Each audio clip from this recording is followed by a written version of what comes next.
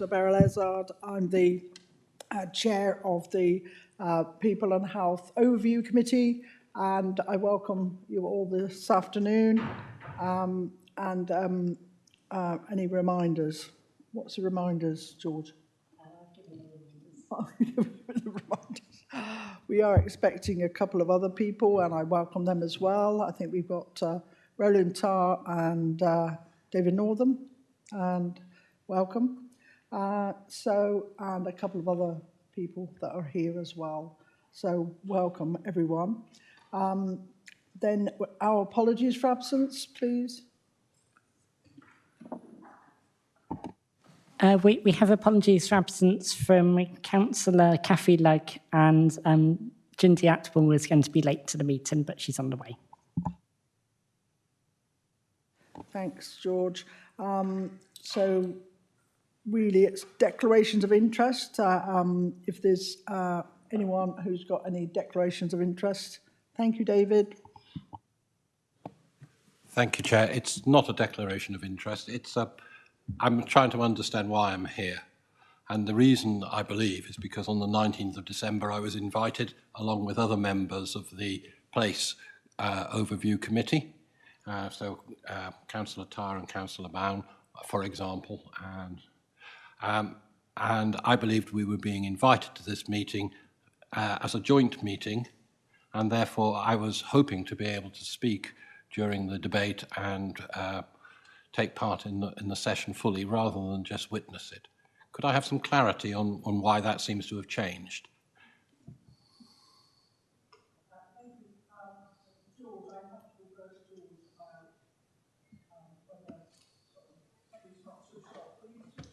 Sorry. So just for clarity, it's not a joint overview committee. It's a meeting of the People and Health Overview Committee. But because of the close links, particularly with assets in the housing paper that's on the agenda, members of the Place and Resources Overview Committee have been invited to take part in the meeting. Can I just clarify from the chair whether they've got voting rights? No voting rights, I'm afraid. You can take part, yes, and I will hear, my vice chair will note down people who put their hands up, so if I miss people. And those online as well, we've got one or two people online, I believe, but I think they're mostly officers.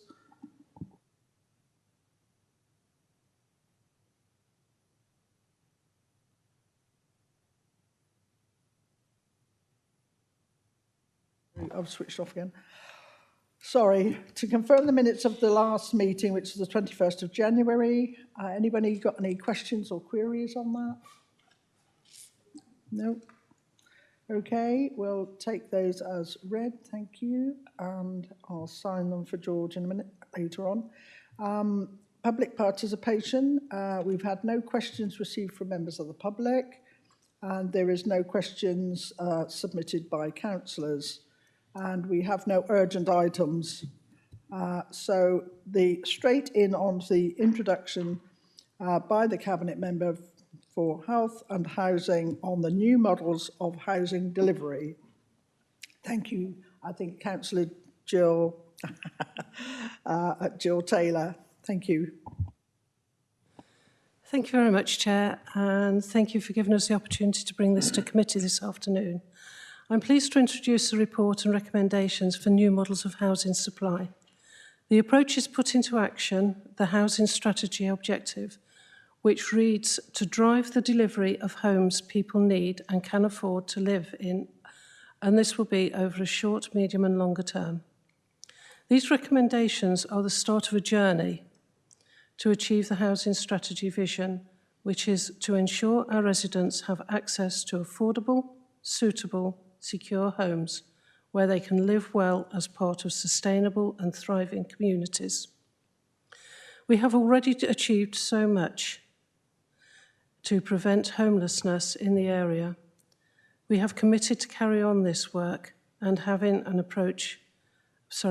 appropriate amount of temporary accommodation to do so. Our council As a council, we are committed to leaving behind the use of bed and breakfast as a type of temporary accommodation. As you'll be aware, it is not a good sort of accommodation, and we want to very much get away from that. Our recommendation to lease small properties will mean we have access to enough temporary accommodation to do that. People will be able to spend this time, which is very difficult for them, in normal living environments. This will also include our families. As part of our commitment to make the best use of our own land and assets, we already have processes to refurbish or repurpose some of our vacant properties for housing. We want to boost this approach by including some small complex land sites to focus on delivering new homes for people who have really complex housing needs. The recommended pilot aims to deliver homes that are unlikely to be provided by other means. It will use just 2 small sites of council land and 2 vacant buildings in the pilot.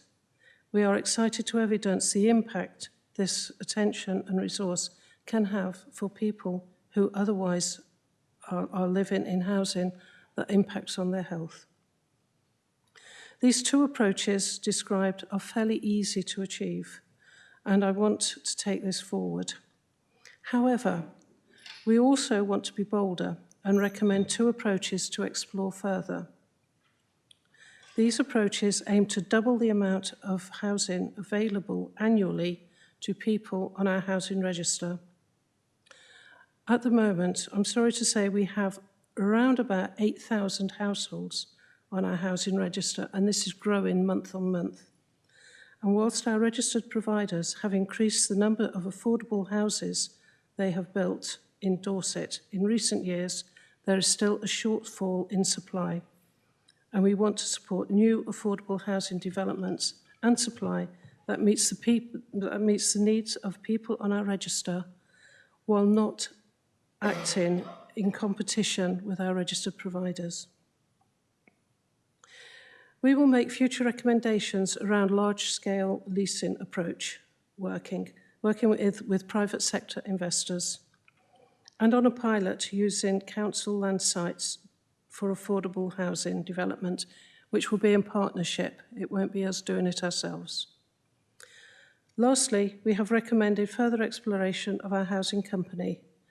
We expect to present recommendations in the future about how we can support driving housing supply through this company. As one of our council priorities, the provision of high-quality, affordable housing is well recognised. Your support for these recommendations as part of an approach to delivering housing strategy will be very much welcome. So I think the easiest way to do this, with your approval, Chair, is that if I can pass it over to Andrew Billany, who will introduce himself in a moment, and if he can go through each of the individual options that we have, and then open it up to discussion, and then come back for the next one. It's just going to be easier than trying to go through all of them and discussing them in one chunk. So, with no more ado, if I can hand over to Andrew, that would be great. Thank you. Thank you, Chair. Thank you, Jill. You switch off. Thank you. I think we're going to have a presentation now by Andrew Billany and probably Sharon Atwood as well, to give us more details about this wonderful strategy and also how we're going to solve the housing problem in Dorset. Thank you. Thank you, Chair, and thank you, Jill. My name is Andrew Billany. My job is Corporate Director for Housing and Community Safety, and on my left is Sharon Atwater and Sarah Smith, who've been working very hard on the paper you have in front of you, as well as the delivery of the housing strategy, which I'll talk a little bit about in a minute. So what, if you go on to the next one, thank you. So what I thought I'd open up with, because Jill's made a start in outlining the purpose of today and the purpose of the paper that's in front of you, but just thought it was worth starting with a reminder of what's brought us to here. Firstly, housing is a key plank of the council plan, has been in previous administration, to be frank, but it's particularly in new form. It's been picked up and enhanced as part of as a key priority for the current and live council plan. And you'll see from the points in the bullet list, some of those actions are actually we're making good progress on. So what the paper is going to do is to focus on where we need to do more, where we need to close gaps. And I'll start on the positive. Jill's mentioned this. We do have a pretty good selection of registered provider housing associations delivering 450 to 500 new homes per year.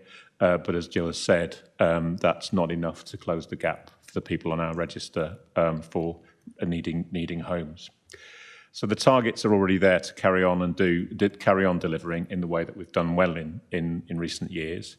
And a key factor in this is also to make sure we're continuing to work hard on preventing homelessness and finding other options for people rather than necessarily providing them a new home. So our performance around reducing homelessness through prevention is also a key part of this. So the council plan targets are broader than this, but this is fundamentally a set of proposals to close the gap between supply and demand for affordable homes. So next step, please. Also, a reminder then of where we are. We've got several lines of progress in train around our housing strategy for Dorset Council, and this is the second of those two bullets that we're focusing on today. We've already established there are, and again, Jill's introduction, there are 8,000 people on the housing register. We have a growing demand from a complex range of needs, perhaps outside of the housing register, key worker needs, particular needs from social care. So we're conscious the need and demand for housing is high. What we're doing today is to try to provide some supply solutions, two sides of the coin. But it's still worth a flag just to make members aware that we're trying to cover we are covering the range of range of actions rather that we need to take to be a good housing authority, and that includes making sure we're paying attention to existing housing standards, so people aren't living in damp and mouldy homes, people aren't overcrowded. It's those kind of topics are very much part of our work, and we'll be coming back here in the next year and years ahead, putting forward proposals to do more on that front. And as I say, I've mentioned the prevention of homelessness is a key role for any housing authority, and that will continue to be a priority for us. Next slide, please. So what I want just let's spend 5 or 10 minutes now, because I'm conscious there's around 100 pages of detail in the pack that you have, which I won't apologise for, because we're trying to cover a lot of things, but it is still. We thought through conversation with Jill as well, we thought it was worth highlighting how that breaks down and what we're looking to ask you to recommend or approve on the way forward to Cabinet. So as far as the recommendations are concerned, we've got 4 main points, 4 main aspects of 4 main models rather that we're putting in front of you of how we're going to tackle the points I've made around there being a gap. The 5th on here is a new recommendation that's come from internal discussion and conversations across the member portfolio through our member housing board, is the wish to explore our options, the options to grow our housing company, which already exists but is dormant at the moment, Homes Dorset. So that 5th recommendation is a recommendation around a vehicle rather than the actual model itself. Anyway, trying to stick to the discipline of having 4 approaches. On the first of those 4, you've just put up on the screen, yeah. We're asking you to consider and question and support an approach that gets us out of the use of bed and breakfast for emergency housing. again, as I've said at the beginning, we've done well on reducing the use of bed and breakfast placements to the running average of around 150 households in bed and breakfast around a year, 18 months ago. We're now running, I think, as of this week, about 75, 77. I think it's 77, actually. So it's reduced, and that's good performance, but we need to get that down to zero. And this proposal is to, we've done a great deal of analysis on this. If we were able to procure a source of 100 homes, self-contained homes, to provide emergency accommodation. So a household comes to us on Friday afternoon, having been thrown out by their landlord, somewhere to place a household such as that. We're looking to go into a 10-year lease with an organisation who will acquire such properties and make them available to us for that client group, for those households. We're not unusual as an authority in terms of relying on nightly paid hotel bed and breakfast accommodation, but the two drivers for this: bad news for the individual people living there, because it's not self-contained. It's no cooking facilities, shared bathroom facilities. I think you all know the reasons why that's not good news for the individuals. But the other driver is it's very expensive, and our budgets would be under significant pressure if we hadn't halved the use of bed and breakfast over the last year. We want to make sure we're dealing with that financial pressure as well. So the first proposal of this is to adopt and work up a procurement to find such a provider to provide us with that range of properties which will suit our needs. It's pretty consistent where we've got a good solid view on where those properties are needed and the sizes that are needed. So we'll be looking to get a range, but to be able to plug them into areas where we particularly need them. So, and as I say, the last bullet point on this slide is about making sure we're plugging particular gaps, such as accessible homes. Sometimes as you can imagine, if somebody's got a physical disability, a bed and breakfast letting is highly inappropriate for a number of reasons. So we're looking to have an approach which provides more appropriate housing, as well as saving the costs. Next slide, please. So, the second of the 4 recommendations is also to seek a partner to go to the.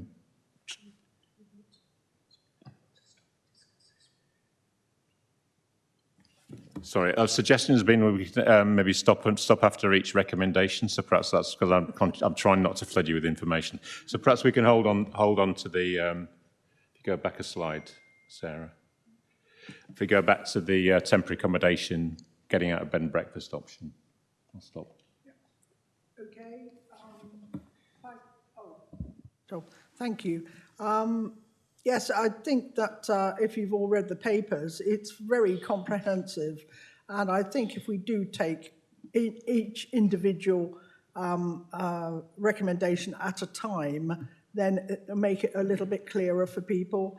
Some of them do overlap, unfortunately, but I think you'll find that having them separate, and Will has made the request, so I will follow that. And so I think that actually we will take questions on this, the first one, which is the temporary accommodation lease model, and which has already been explained already and is on the screen. Thank you.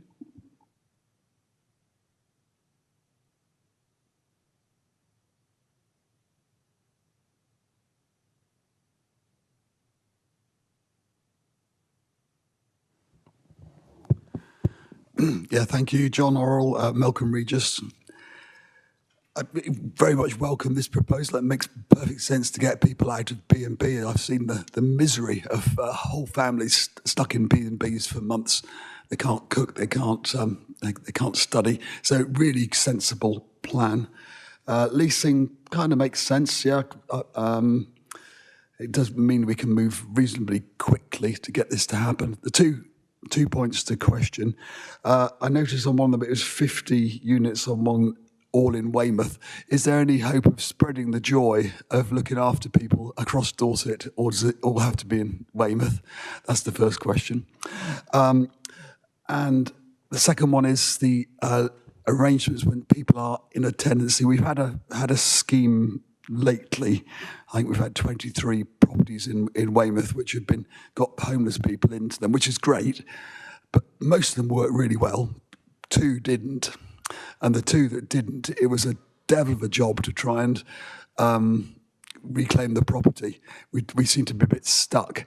Whereas if someone was at a B&B, they could be moved on appropriately. So is there going to be a mechanism within this? For the vast majority, 98% will respect the property, but the very small percentage who abuse it, how can you tackle that? So those are the 2 questions. Thank you.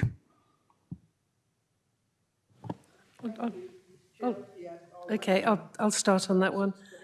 If I can just answer the first one, 150 units in Weymouth. I think we were looking at about 50 in Weymouth for this temporary accommodation model. That actually isn't many. That's only going to be looking at about four a month. And we don't think that will make any discernible difference.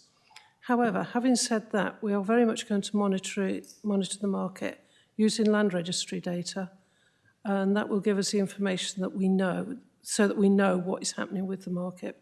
The last thing we really do want to do is to skew the market. And if we do start skewing the market, we'll then backpedal. But evidence from other areas of the country are saying that at the numbers that we're wanting to buy for this, it shouldn't make any difference.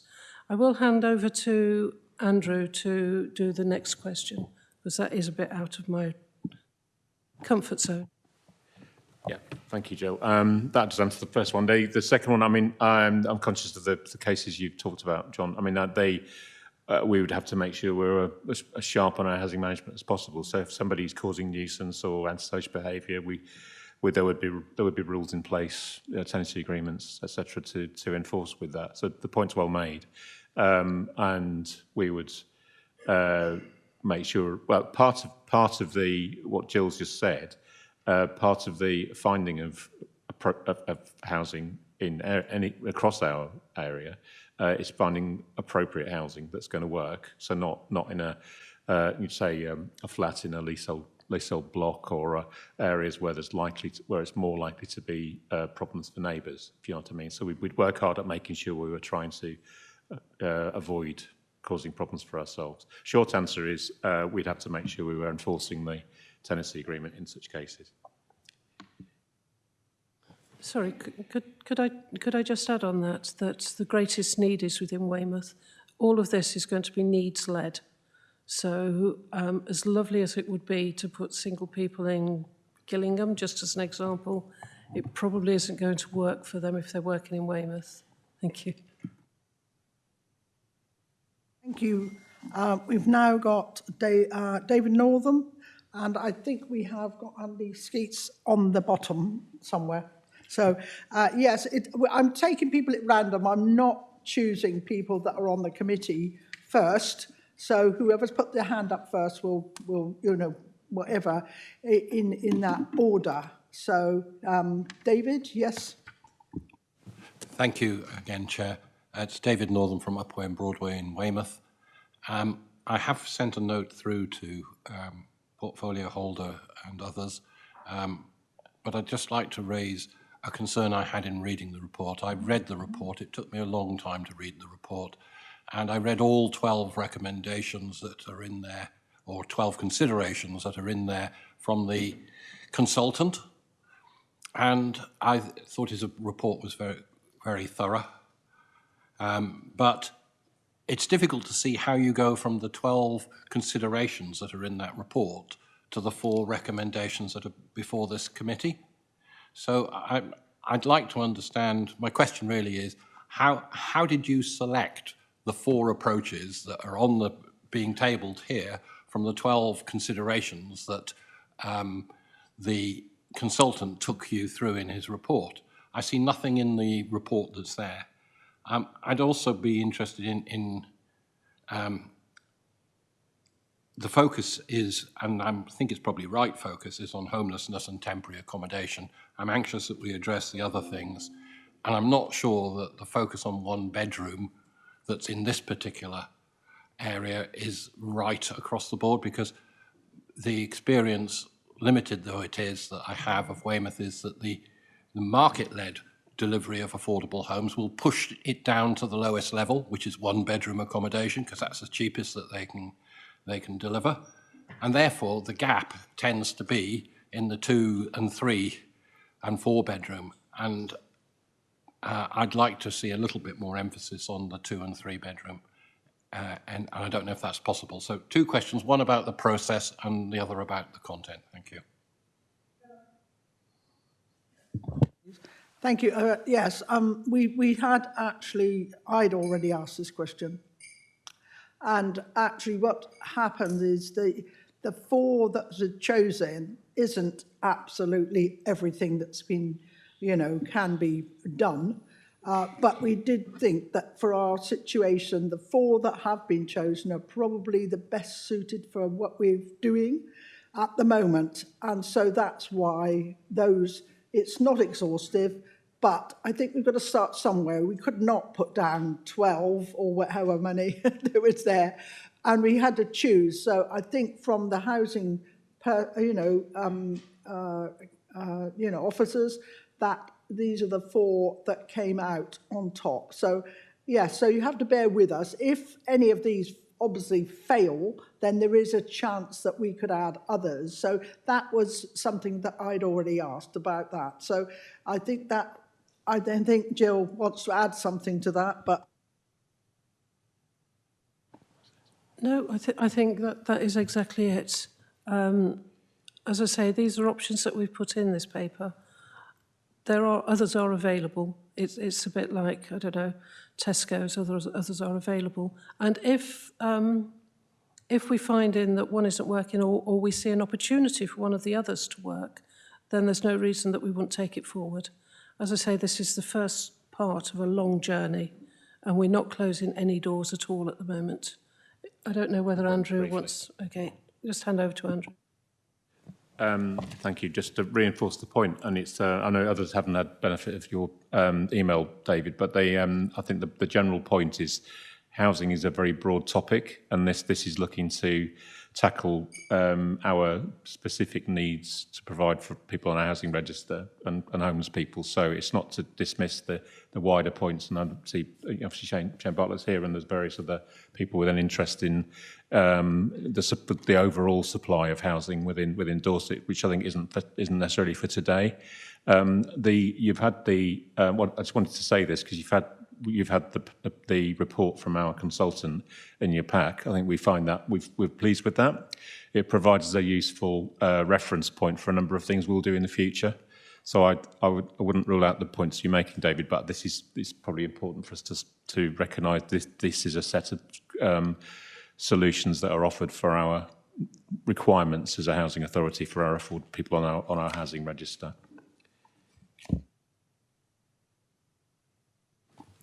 Does that answer both parts of your questions? No.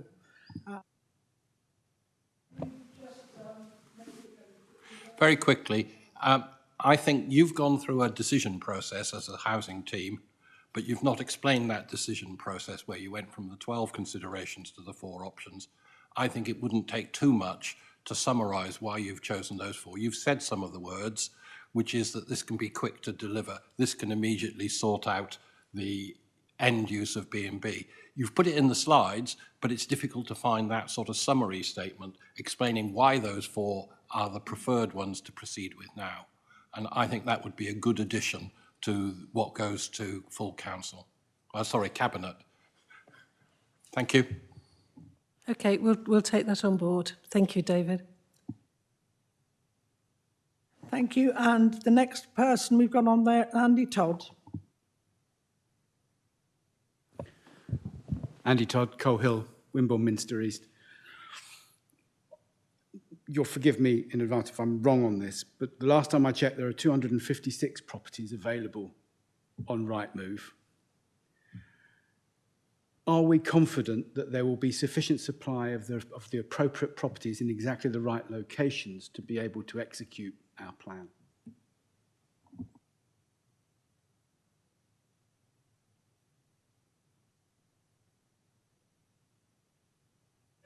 Sorry, we're not doing our relay very actually. I mean, in some ways, the second, we probably need to have the conversation about the second proposal, because that's looking at larger numbers than this.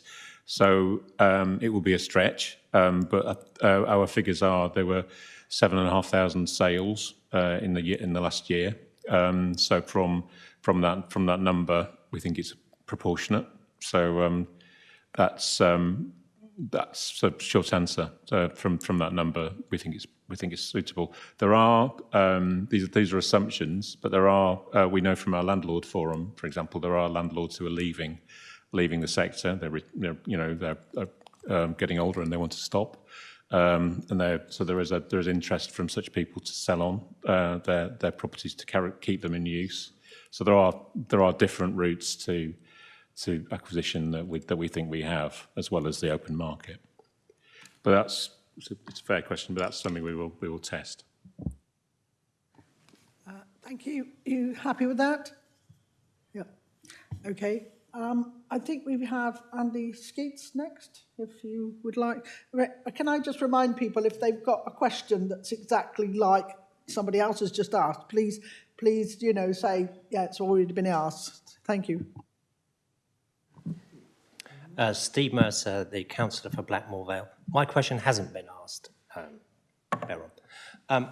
Could I first of all say that I applaud the efforts of to try and reduce the number of people on the housing register.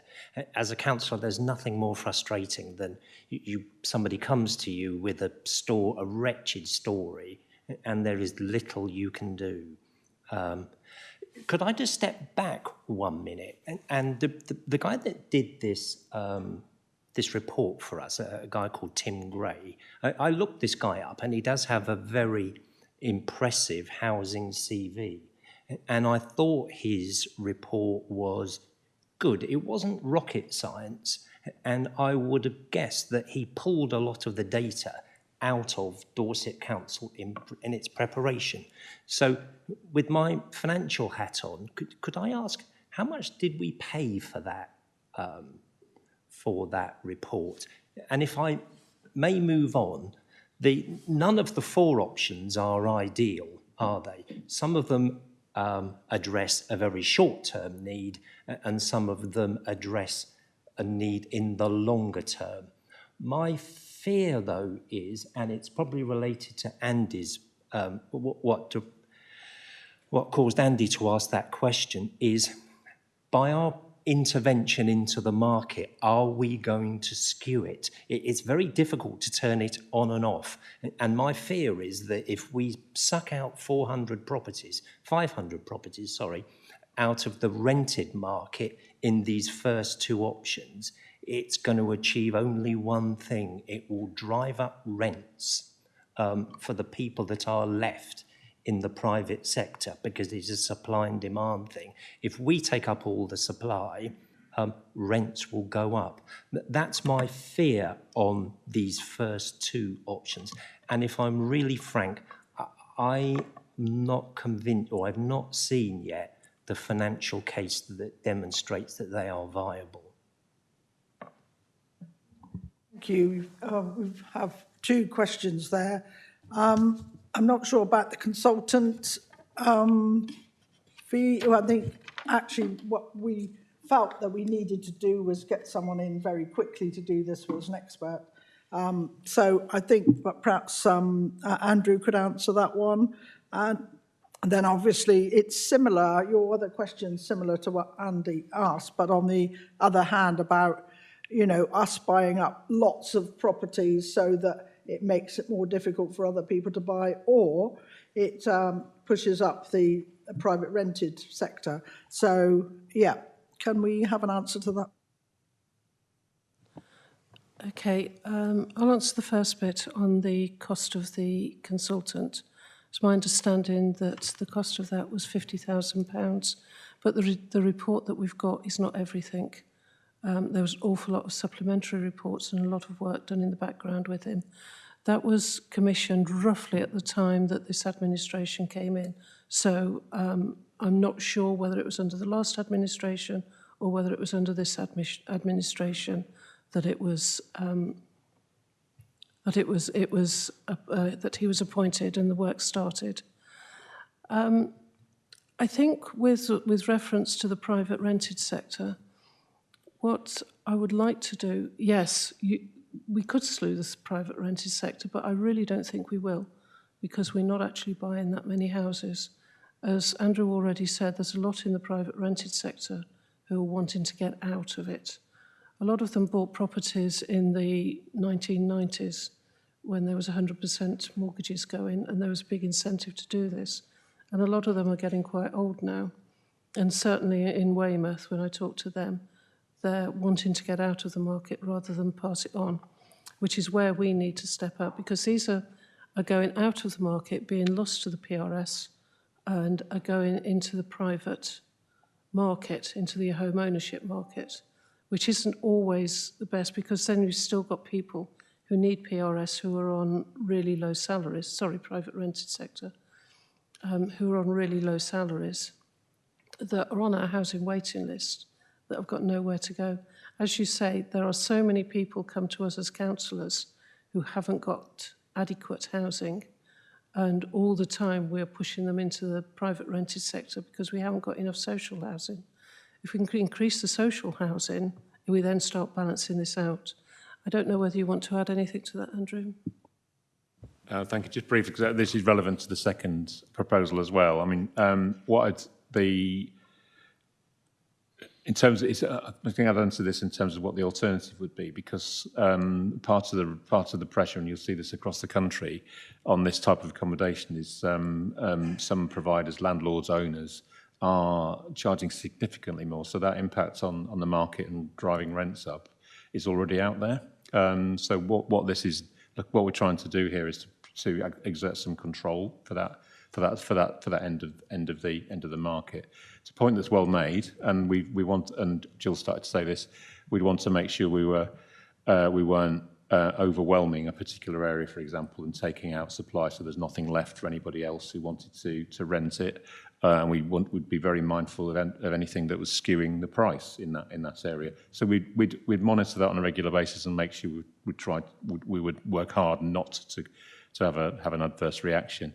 But what I'd say is the proposals we're making in this first and second option are meant to regulate actually this end of the market and not have extortionate fees being charged, not just to housing, but to social care and other and health and probation and other public sector organisations who are charged a fortune for the kind of properties that we're trying to acquire over a steadier period where the prices will be lower. It's an important point you raise, but it's making sure we do it in a way that doesn't impact adversely on everything else we're doing as a local authority. Thank you, Andrew. You want to come back on, right? Forgive me, I've been trying to find it in the paper, but when you put your recommendations up, it was adopt the first option, wasn't it? And the others are explore. And I think from memory, this is the bit I was trying to find. You were proposing to delegate that authority to proceed with that, weren't you? I would like to see, because it's not demonstrated for me sufficiently. For both the first two recommendations, I think we need to be more granular on the business case, because I've not seen that yet. Thank you, but unfortunately, you're not a member of the... sorry? You are a member of the... Sorry. Oh, you are. Yeah, I got the name wrong. Oh, it's Steve Murder, isn't it? Sorry, I got your name wrong. Anyway. So, yeah, that is something that we could consider. certainly. So that word adopt, I'm not sure how the other rest of the committee would think of that. Anyway, can you explain that? If I can just come back, the first option for the temporary accommodation lease model, we're talking of very small numbers on the global scale. That's why we wanted to bring the second option back. I think my personal view, and I shouldn't put a personal view, the temporary accommodation and getting out of bed and breakfast is something we really need to do and really need to get on with it. I wasn't too happy about going forward at this sort of scale for what is needed for the larger leasing scheme, which is recommendation 2, which is why we need to do more work on that and bring that back. I think that model will take a lot more work, a lot more drilling into how we can do it. But I think this first one, to get us out of bed and breakfast, rather than delaying it, I would rather go forward with this recommendation as it is, please. Jed, can we just leave that at the moment and let other people, they've got quite a few other people that want to ask questions, and at the end, we'll bring that forward again if necessary. Okay, thank you. Stella? Thank you. So Stella Jones, Dorchester East. I think it's very good that we want to get rid of bed and breakfast, and hopefully we'll be successful. But how long are we envisaging families staying in temporary accommodation? And if family in temporary accommodation was offered something and refused, say they were in temporary accommodation in Weymouth and were offered something in Sherborne, and because of work or schools they didn't want to go, would they then, if they refused, make themselves homeless again? And then the cycle starts again. And the second thing I want to ask is about the provider has to upgrade the properties because we want quality properties. Will we as a council be supervising that, or will we just hope that it happens? Thank you, Stella. 2 questions there. Thank you. Thanks, Stella. The first one, I just wanted to stress the point, it is temporary accommodation, just in terms of people. Yeah, the question about how long people would stay would always be, the effort would be from day one is to find somewhere settled. So it would still be the same approach as a bed and breakfast placement, and our success would be for that to be a short period of time.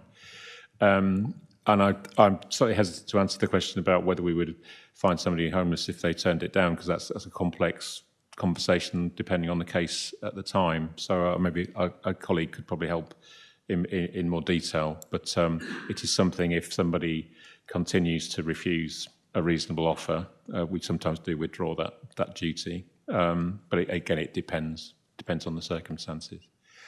I'm afraid I've lost track of your second question. Maintenance. Property condition. We would as part of this and the second option, we as the council would set ourselves a very detailed specification, so we'd make sure they were of decent quality. And a question that was raised from a member in a different setting was around council's policies on energy efficiency and other areas. That's something we would look at, set a specification so they're buying to our spec, if you like. So if that answers your question. So we'd want to make sure they were decent dwellings. Thank you, Stella. Andy, is it? Yeah. Thank you, Andy Toll. Thank you. There's a danger this may be more appropriate for proposal 2, but if I can ask the question and keep it in mind, I'll be grateful. My uncle very...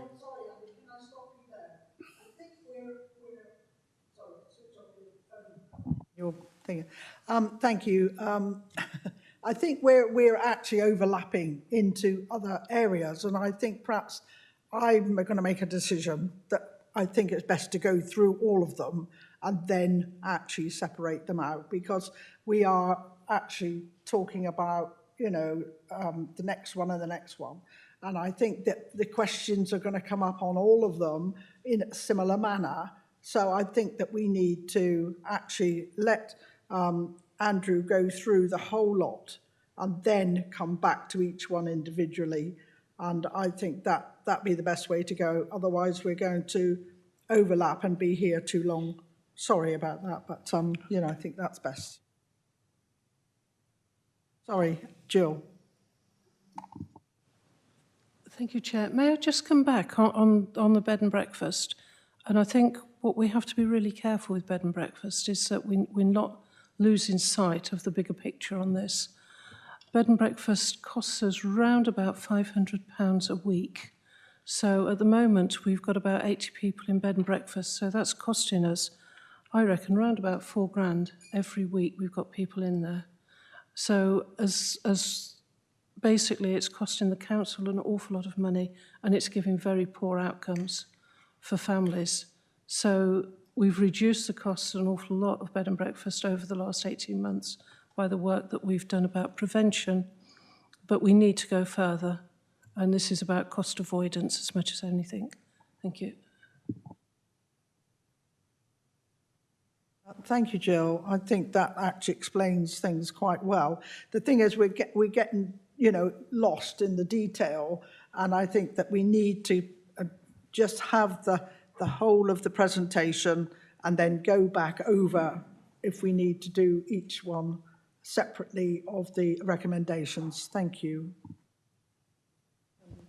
Thank you, Chair. Okay, as requested, because we have absolutely right with some of the points are relevant to this second option, which I'd stress in governance terms is to endorse the approach and bring back recommendations. So the questions that have been asked about impacts on the local market and on many things, this is the approach with this is to what we're looking to do here is to get support for the approach rather than saying do it from tomorrow. What this is looking to just to remind ourselves of the point I made at the beginning. When we've got 8,000 people on the housing register, and many of those people being what we call Band A, the urgent category needing housing, and we can't house them all. We've got a problem as a local authority as well as for those individuals. And our calculations, and it's fairly steady at the moment, is that we're about 500 short of the properties that we get from the housing associations. So we need, just for that urgent housing register list, and it's in the report, people like our responsibility to care leavers and people with adult social care needs, we need to close that gap. So what this is doing is to explore an approach to do that. We haven't got the resources, and it's partly answering David Northam's question earlier. We haven't got the resources to go out and buy as a council to use our own capital to do this.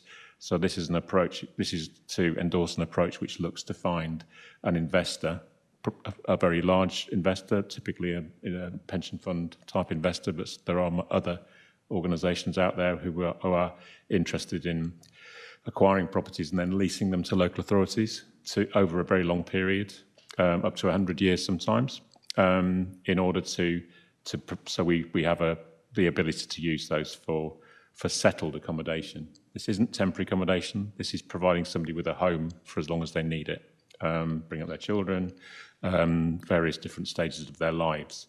So this is an approach which is looking to close that gap between supply and demand, not in perfect pure form, but in terms of our statutory duty as a local authority to meet people's needs at that level of need. So it's looking to acquire a larger number of properties than we've been discussing before. The first option is 100, just 100, and not 100 per year. Is that right? And so 100 fixed, whereas this is looking to provide 1,200 over a 3-year period once a partner is chosen, so it's bigger. And the questions around impacts on market, it would make it particularly important to make sure that was done in a measured and well-managed way.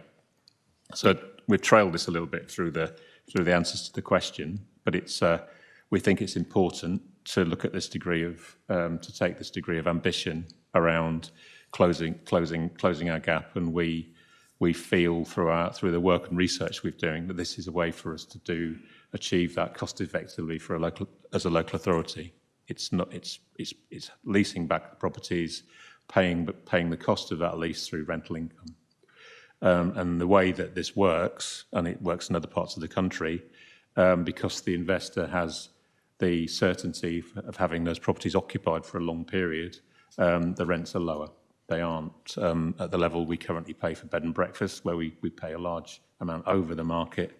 This is exploring an approach which will bring in rent levels which are affordable either through somebody on a low income or through housing benefit. It's probably enough.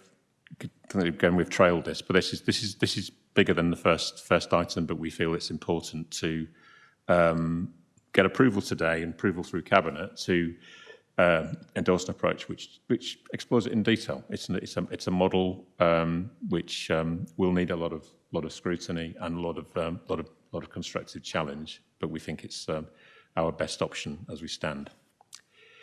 If you'd like me to carry on, Chair, the third and fourth options, slightly different because the first two are around particularly focused on setting up partnerships with an investor.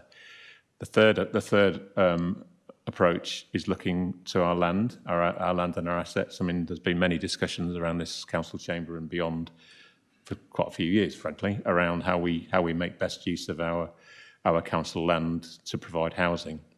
So what this is doing, what this is proposing is to get support to an approach which carves out a number of sites, 6 council sites, and this is being done in collaboration with our colleagues in assets and regeneration and lots of discussions across the portfolios about piloting what that would look like in that scale. Can't tell you the exact size of those sites, but the nearest we've had to doing this in recent years is Bere Regis school site, which is about 35-40 from memory, and that's been owned by the council, developed out by Sovereign Network Housing Association. So this would be a pilot approach to do more of that kind of scheme, where we we develop a partnership approach with a registered provider who have their own capacity to develop homes, and what we would bring into the equation would be land, because we clearly, as all members know, we do own land, and we would be prioritising the ones that are most appropriate for housing. Another thing we're asking for support on, or we're recommending support for, is to explore whether it's possible to provide social rented properties on those sites. And most of you will know what social rent is, but if you don't, the current rent level that is provided by registered providers is called affordable rent, which can be charged up to 80% of the market rent level. We're finding that's too high for some of our households. So there is a gap, and I'll give a plug for Magna Housing Association, for example. They are providing some new social rented properties, which can be around 60% of market, much more affordable and calculated to be affordable for somebody on the lowest quartile income. So the point I'm making here is it's endorsing the approach, not saying go and do those 6 sites, but it's to get comments and approval for taking that forward and bring back recommendations site by site and in the normal way. But the key points I wanted to raise today, because it's in the recommendations, is to do that through partnership with registered providers, housing associations, rather than ourselves directly, and to aim to do as much as we can around that social rent, lower rent level. So we're plugging that gap in our the people who need homes. So next one, and final of the 4. This one is another, this is actually we think it's relatively straightforward, but so you may differ. We're looking to adopt this approach to actually move forward and develop a pilot for very small sites that we own, and it may be a garage site on an existing housing estate or a corner plot on a village where we have tiny sites that a registered provider perhaps wouldn't be interested in normally. They tend to want to go on for a particular bit of for schemes of a particular scale.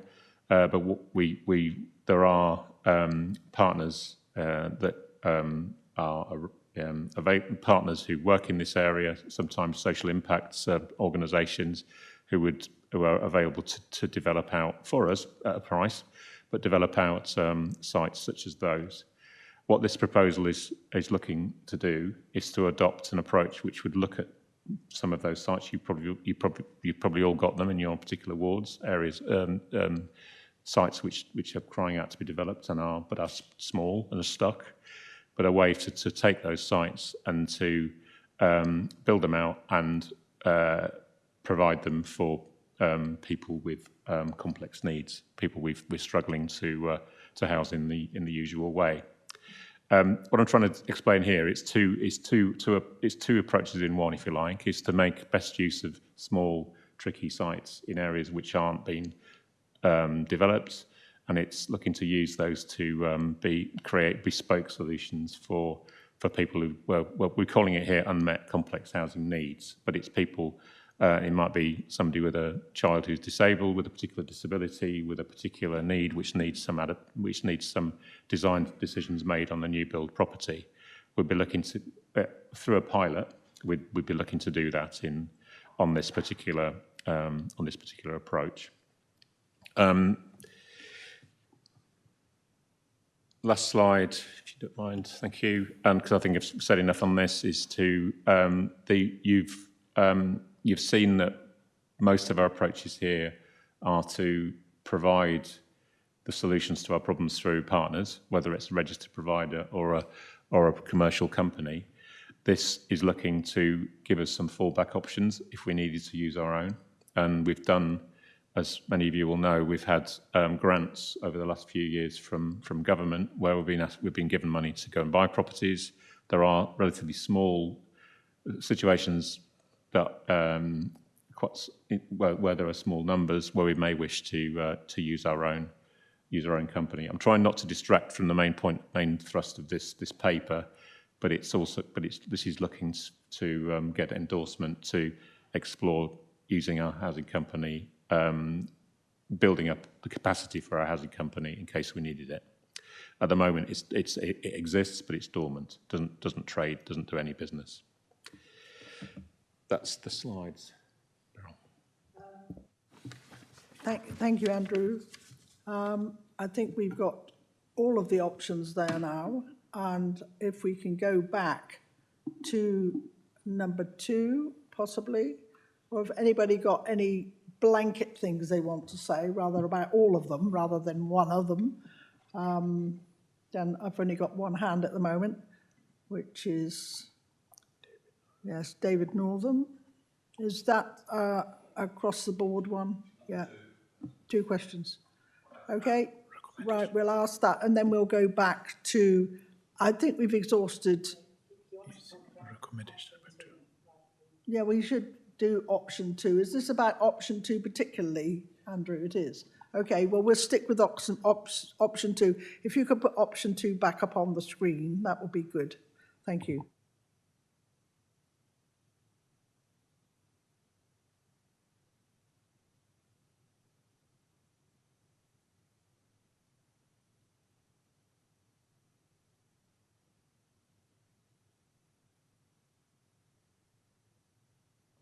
Thank you, Chair. It's David Northam again from Upwey and Broadway in Weymouth. I like the ambition in this because if successful, it can really help go a long way to solve the problem. But my worry is that the level of housing is not necessarily available in the right place. So I think that it's important that we not only do this option, but I'd like to talk towards the end a little bit about how do we stimulate the market-led development of affordable housing through the local plan. Rather than address that now, I'd like to come back to that later, because I think our basic problem around affordable homes, particularly in Weymouth, is lack of supply.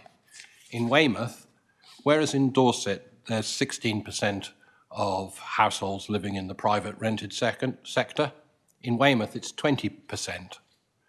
If you look in Weymouth, the number of people who are wanting the housing needs analysis points to 240 rented affordable homes per year. That compares with the 600 across the rest of the total for Dorset. So it's very much a focused, and part of this reason why private rents are so high is there is a shortage, and therefore it's driving up price. Prices for rented accommodation in Weymouth, whilst cheaper than nationally maybe, but for Dorset they're still quite high for what they are, and that quality of housing comes in here as well. So what I'd like to flag is I think we need to do more than just this, welcome this as it is, but we also need to look at increasing the supply of housing. Thank you.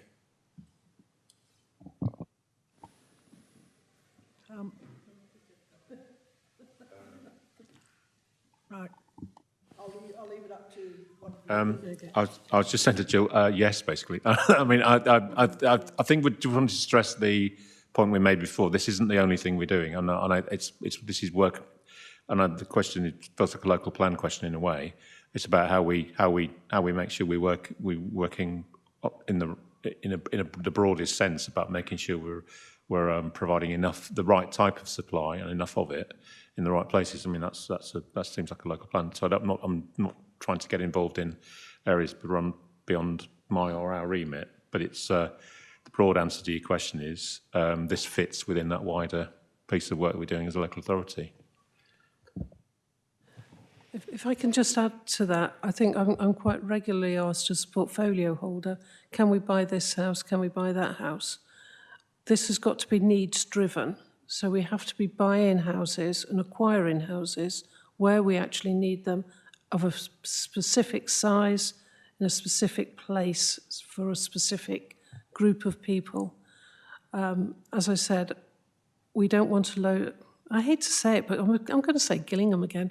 We don't want a load of one-bed flats in Gillingham that we're trying to put people in Weymouth in. And that isn't being derogatory about Gillingham. I could say Lyme Regis, I could say Swanage. But they've all got to be in the right place, the right size, at the right time. Thank you. I think we've got Andy Todd again. Thank you. Andy Todd, Coal Hill, Wimborne Minster East. First part of my question is regarding phasing of leases. A long time ago, a gentleman who was much more intelligent when it came to investment than I taught me what pound cost averaging was. I worry that with the adoption of, when we adopt leases going forward, if we do it in a rush, we may find ourselves in 10 years' time with a cliff edge when it comes to going back to the market and either releasing them or finding alternatives. Are we building in a potential failure to the system now, or have we considered that and we are looking to phase things a little bit better? And if we are we going to be able to meet the targets that we're setting ourselves in the same amount of time? That's my first question. And the second question is, there are many reasons why local authorities step back from holding property in the first place, and why housing associations are a lot more circumspect as to which properties they're taking on at the moment. And I believe that's to do with inherent building costs and maintenance costs that are building up and bringing things up to code. Is there a danger that we are going to be exposing ourselves to these same costs in the medium term without actually having ownership of the assets?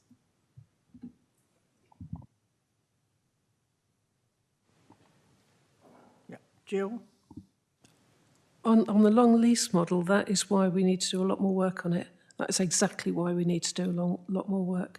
When we started on this, we wondered whether we could get it far enough forward to take it through for a decision this time, but it's not. But what we need is a direction of travel to look at.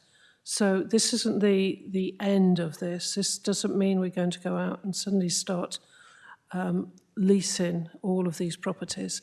It means that we're going to be working with potential providers of this and look at how we're going to work the contracts. There are so many variables within it, right from how long will the lease be, we're going to aim to charge social rents, but that may not be possible.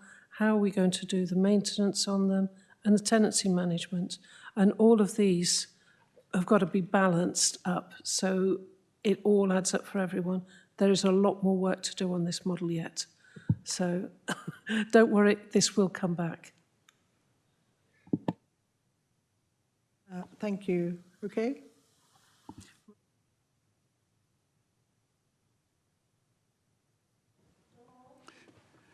Yeah, thank you, Chair. John Orwell Malcolm. The idea of looking at lease models has some attraction, especially the way it was described with pension funds perhaps investing in property portfolios. I looked, while you were talking, I then Googled and looked at how some of these schemes are financed and found lots of firms that are offering opportunities for international investors to invest in the English social housing provision. And the danger there is we have Wall Street investors using offshore tax havens to buy up properties in England, which we then rent.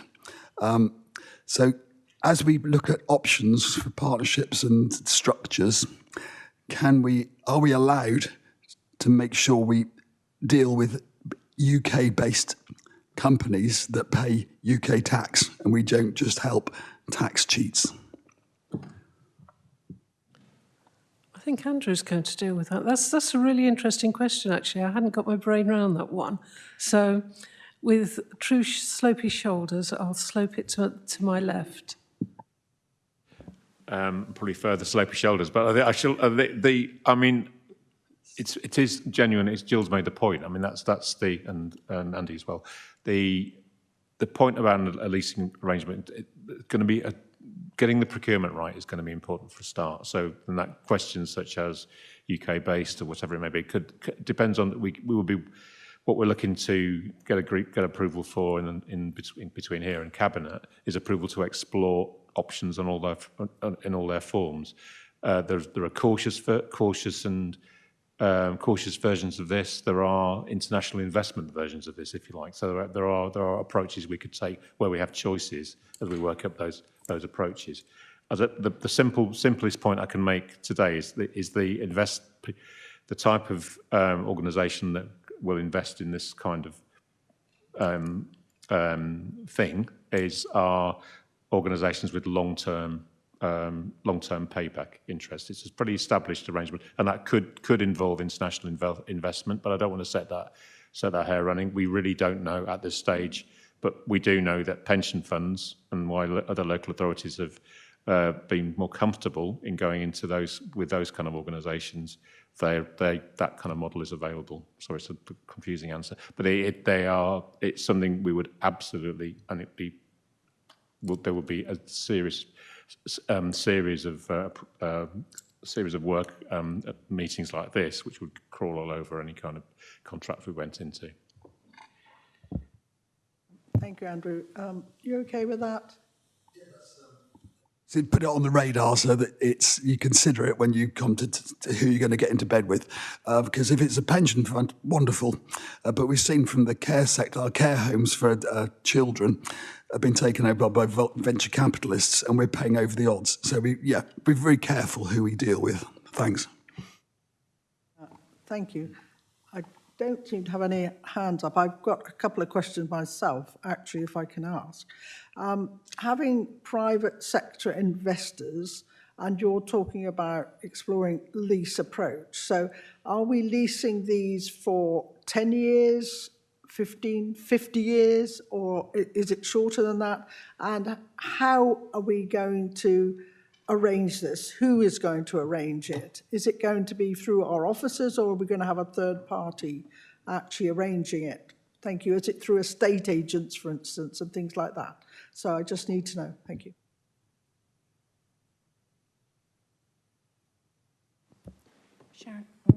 Sharon Atwater, Service Manager, Housing Strategy and Performance.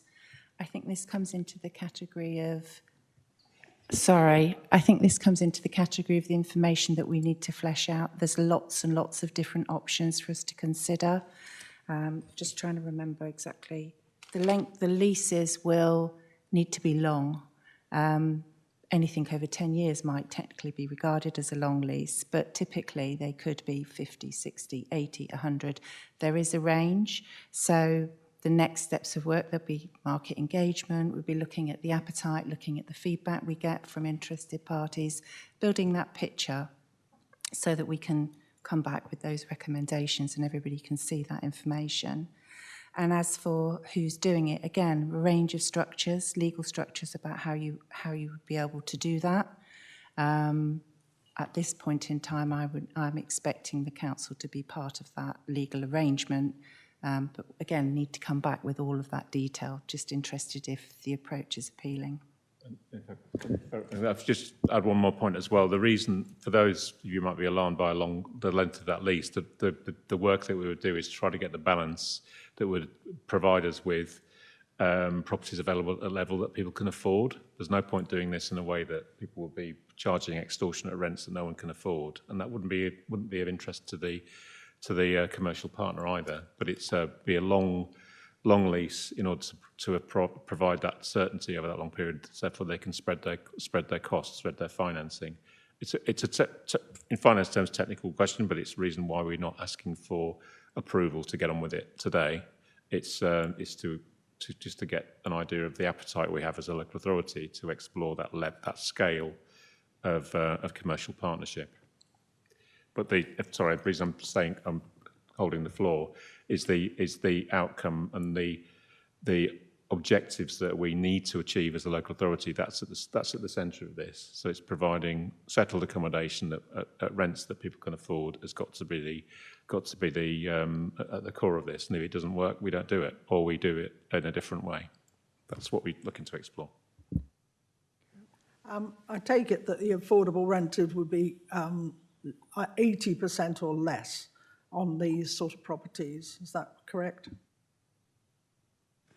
Likely to be, I mean, around local, what's affordable and local housing allowance, broadly speaking, is that fair to say? Yeah, affordable rents, I think. So affordable rents, and that's around the same level, though, Beryl, for the sake of confusion. Thank you. Did I see somebody's hand up? Did I see Roland? No? I didn't see Roland put the hand up. Anyone else? Who? You? Ah, we've got Will. Go on, Will. Yeah, thank you. Have you done any benchmark? Oh, we will check out Vice Chair. Have you done any benchmarking to check what other local authorities are doing? Because I think that would give us an idea about the risk appetite and some of the pitfalls we might want to avoid, some which have been identified elsewhere. Dorset is unique, so it may well be we do whatever suits Dorset, that's okay, but I'm keen to see whether they've checked what other local authorities are doing. Thank you. Go on, I'll do this one. We have looked around. It's mainly in London where we found London councils who are doing it. Enfield Council leased 265 from its wholly owned private company, which is Housing Gateway. They're on an assured short-hold basis. Croydon Council have also done quite a lot. They've used Legal & General and purchased 167 council homes and then leased them back onto the local authority. The other one that I've got information on is Newham Council, who've invested in a PIC and entered into an agreement with Newham Council to build 161 flats and then lease them back to the local authority. And that one's on a 50-year lease. There are other ones available. I'm aware that there are a few in the south-east that are doing it, but these are ones that we'll certainly look at. It's unusual to do it in an area like Dorset, but we think we can do it, which is why we want to have a look. But we'll certainly take on board what's happening elsewhere. If I can just hand over to Andrew. Thank you. It's another answer which will be we will explore further to many organisations, many authorities closer to us and not in London that are looking at the same options. So the part of that due diligence further work would be to make sure we're getting alliances in place so we're sharing information and intelligence.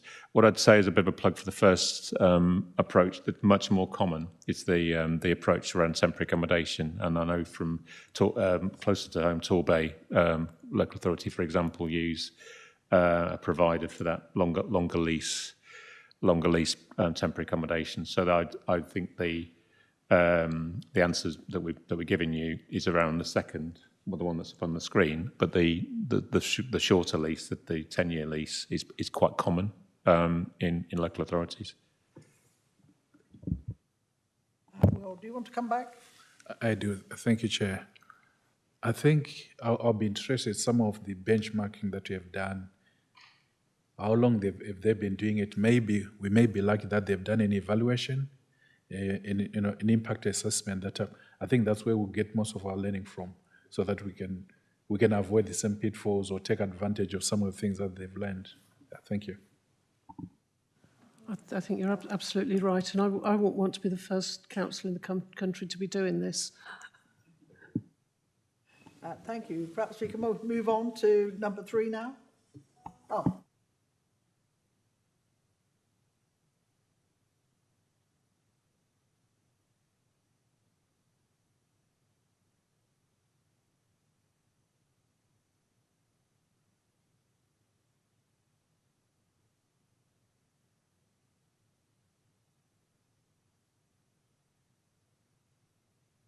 Sorry, I didn't have my... Yes, so Andrew, sorry, if we can go on to number 3 now, please. Is that the one that we're on now? Thank you. I could say more, but that's what I think I've said, haven't I? This is the council land, using council land option.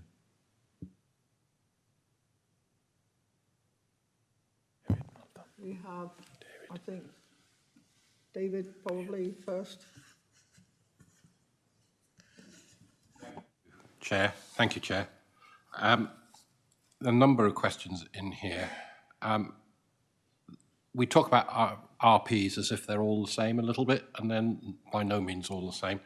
I'm anxious that you can assure me that any partnerships we form would be with not-for-profit RPs who have Homes England strategic partnerships in place, because Homes England's funding of these sites is still going to be critical for some of our difficult sites to come forward. I'd also ask whether in here it says that they prefer social rents wherever possible. And I wonder whether that's over-restrictive, because unless the government, again, increases funding for social rented accommodation, at the moment it's not attractive in any way for either housing associations or market-led development to have large numbers of social rent. And I'm also a little bit confused that when I queried this as part of the neighbourhood plan work, I was told that if it's social rent and affordable rent, and they're different, most people need to have housing benefit, and housing benefit makes up the gap. And housing benefit money comes via Dorset Council, but actually comes, I think, is claimed back from the government. So I'm not quite sure why social renting houses why is social housing favoured over affordable renting when affordable renting can open up a bigger market? And the last question is, what's the time scale to complete the pilot?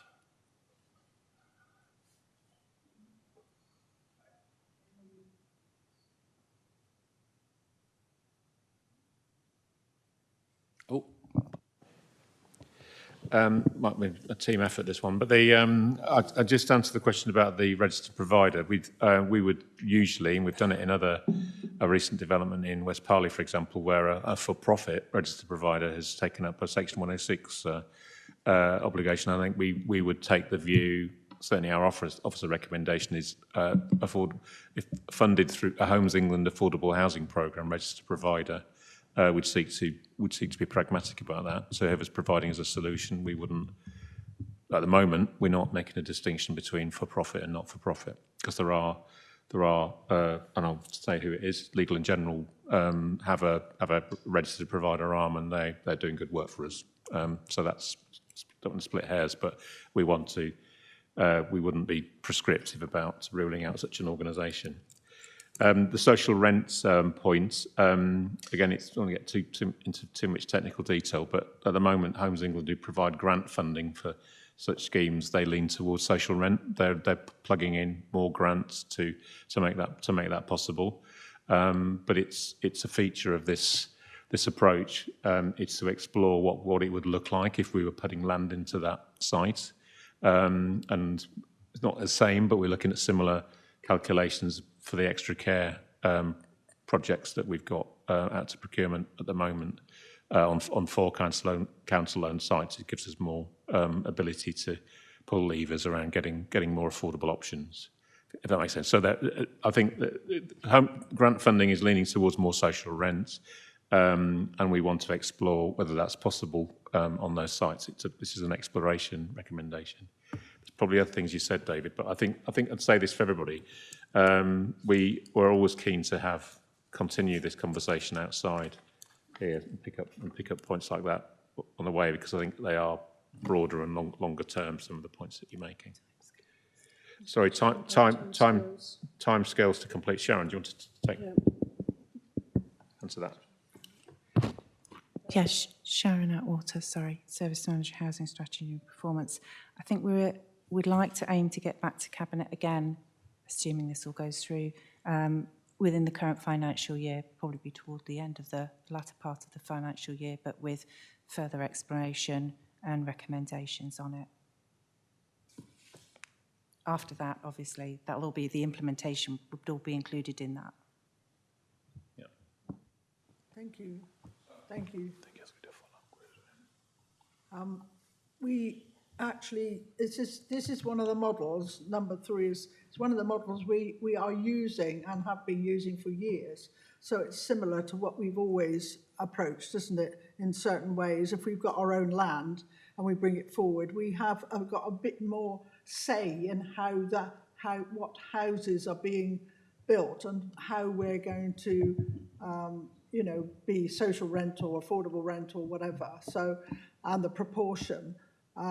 But it does depend on the developers and the partners when we do it, and we have to be very careful about how that happens. I mean, I've been associated with housing for 20 years at the district level as well, so I know how tricky it is getting developers to build houses that are actually suitable for families and social rent, instead of them wanting to sell for private housing. So we have to be quite canny about this and really work at it. And I think we've got the expertise to do that. Remember, this is an exploratory one as well, but I think using council land is a really, really good idea.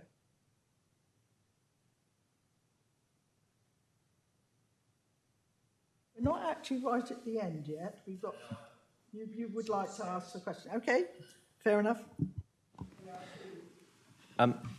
The benefit of this approach is it's new housing, and coming back to David's point, increasing the housing supply, not just simply moving houses from one sector to another. And given the council's aspirations for economic growth in Dorset, this approach has lots of merit to it, but I accept it's not a quick fix. Thank you. I think that was a statement. Thank you very much. Who else was asking the question? Someone else? Jindy. I never know how to use these things. Sorry, my voice is gone as well a little bit here. Jindy Atwell, Coal Hill, Wimborne East. Just a quick question in terms of who will retain ownership of the land. So if we're getting a developer to build these properties, it says, I presume, are we leasing the land to them and then it still remains as Dorset Council property? Just a question. I do love all the projects, by the way. I think they're great ideas. I'll do that. If you don't, yeah. Following what we're doing on the extra care scheme, it would be a sale of the land to the registered provider, and that's why I'm quoting that Beer Regis school site. Sovereign Network Housing Association buy the land from us and develop it, and what we get from it is a commitment to get everything they build. We get nominations to, so we house people from our housing register. That is likely to be the option, but again, we're exploring what's possible. If there's benefit in us retaining ownership, we will explore that. But typically, because they would be getting grant money, for large chunks of money from Homes England, they would use that money to buy it from us. So we'd get a capital receipt for the land and also get the nominations. So I think there's a double gain for us. Okay.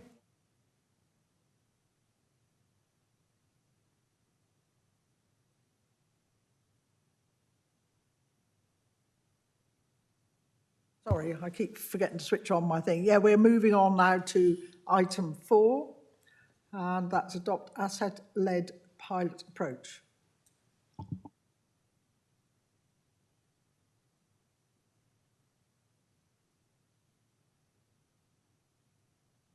Any questions? Steve. Right, I think John was first, and then No, Steve. no, Steve, then no. David. Okay, yes, okay, Steve Mercer, and then I just come back to, this says adopt, and I think all of them should be explore, because where are the numbers attached to this? You know, either we're an overview committee or we're just delegators to officers. There's nothing there that tells me that there's 2 land sites, 2 vacant properties. You know, where's the financial case for that?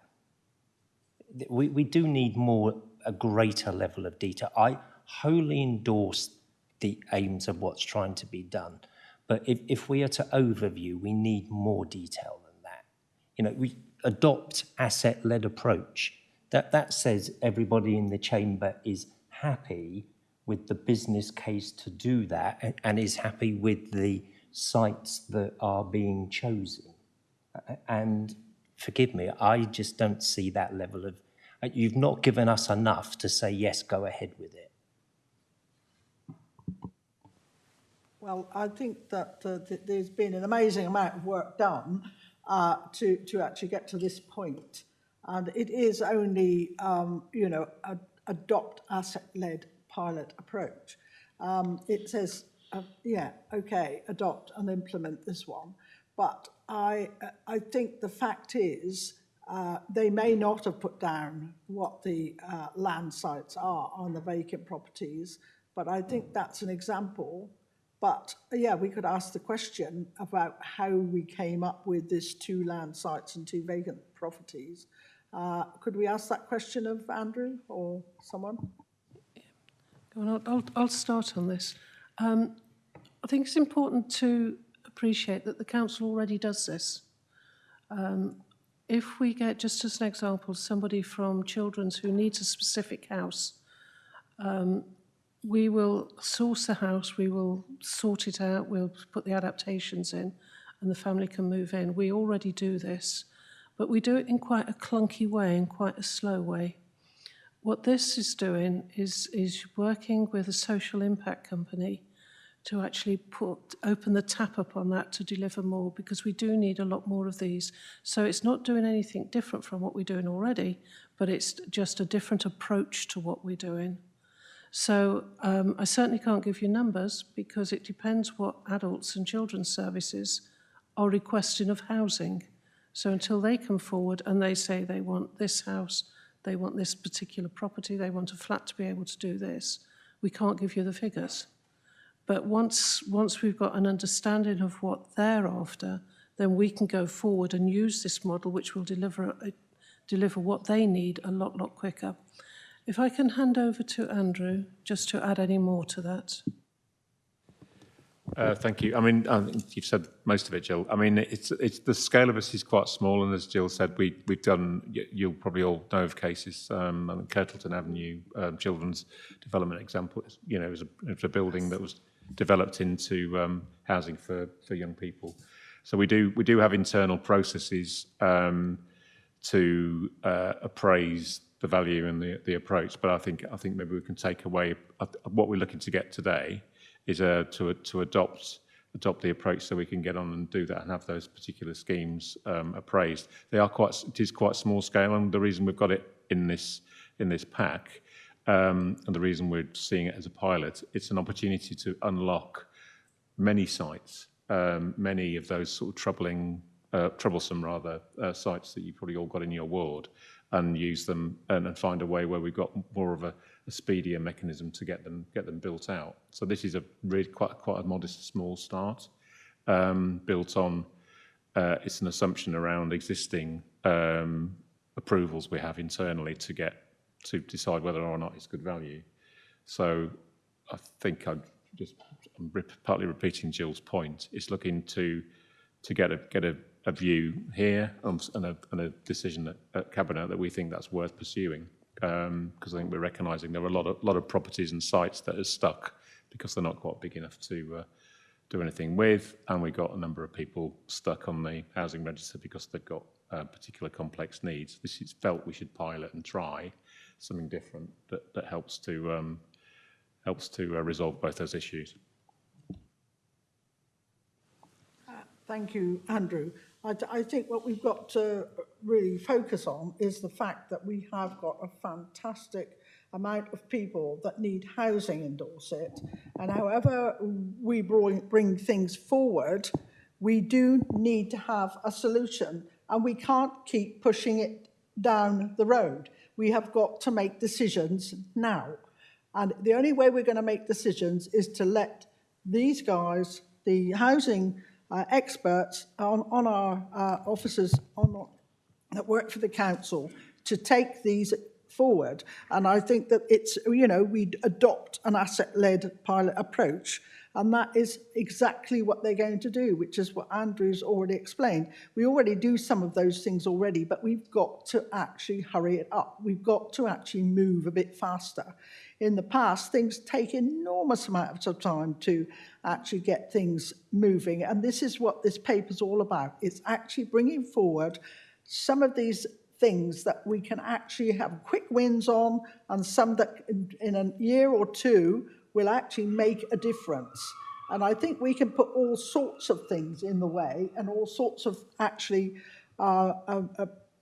issues that crop up, and thinking about the greater society where it's going to alter the market, or it's going to make a difference to the whole society. I think what we've got to focus on as a council is to house people and make sure they've got a affordable house over their head that they can afford themselves.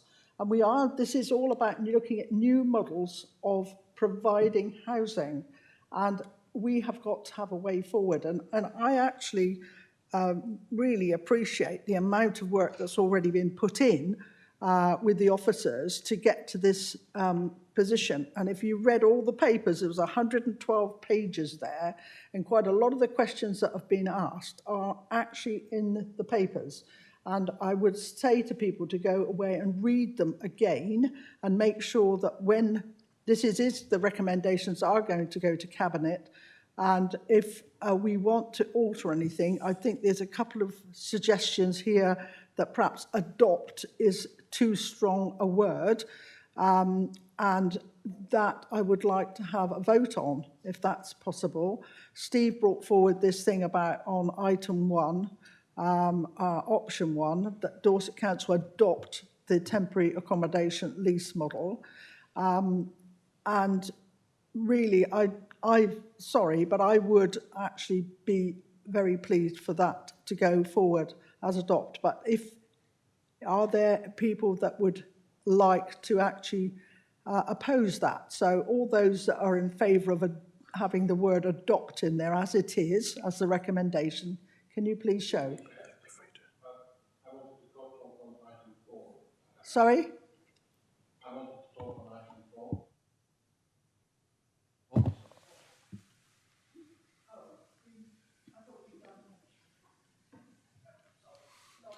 Yeah, I think, thank you. And we've still got to discuss number 5 as well before we sum up, I think.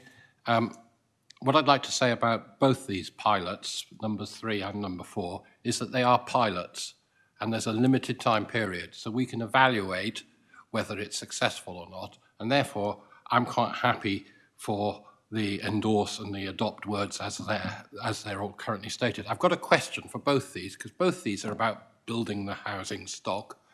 And my question is, will we be able to put in place mechanisms which prevent the right to buy applying?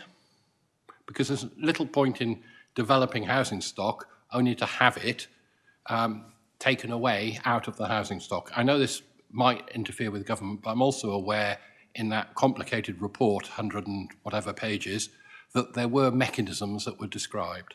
Thank you.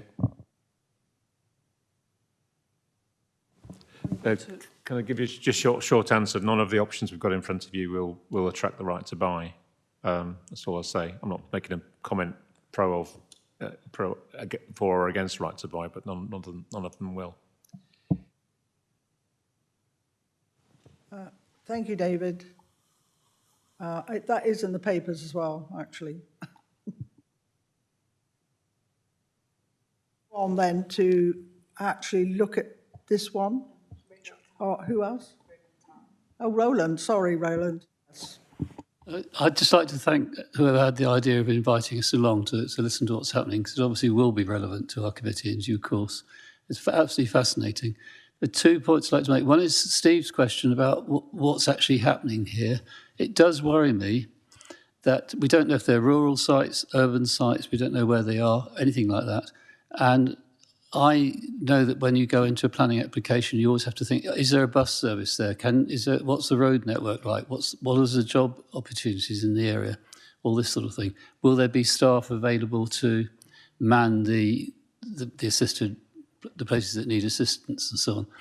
And I just feel that we do need a bit more detail, or I would need a bit more detail to be satisfied that those requirements, well, at least we know where these projects are roughly and what sort of facilities around them. The second point I wanted to make, as a general point, we are a coastal county, largely. We have large resorts on the coast, or one large resort and several small ones. And my day job is walking the coast path and visiting coastal towns and writing guidebooks. And those towns are awful places to visit. They have enormous problems because they're large towns and because they had Victorian residences built, accommodation built for visitors, which in the case of Weymouth used to be students during the winter, tourists during the summer. They took all the students away and went off to Bournemouth, the university. And now you've got all this vacant property, and there is a tendency with housing for it to use up the vacant spaces in those towns. And I think that's what produces a lot of the social problems. So I'd just like to say that I think that should be borne in mind when we're allocating housing in various places, because I know from working in this area for the last 50 years and from teaching at local schools, there are people who came from Weymouth or wherever and are living in rural settings and are very happy there. They have a job, they have a house, a council house that was built for an agricultural worker 100 years ago or 50 years ago. And I think that should be borne in mind. We should be not just doing lots of social housing in our seaside resorts, because it has led to quite a big degradation in the environment in those places. Thank you, Roland. Good things in there. Would like to answer. Yeah, if I can come back on that, whatever housing we do, wherever we put it, it's got to be needs-led.